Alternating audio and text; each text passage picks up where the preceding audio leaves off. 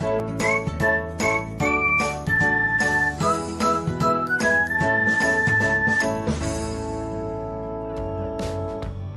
everyone, welcome back to another episode of Technologyglance.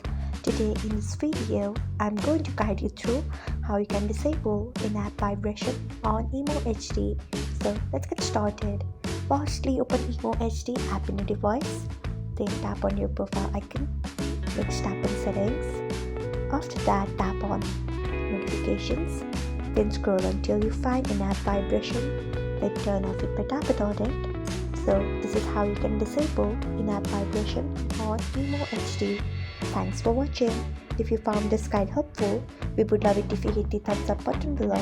We upload great new tech tutorials like this one every day, so do not forget to subscribe to our channel and hit the bell icon so that you'll never miss another update.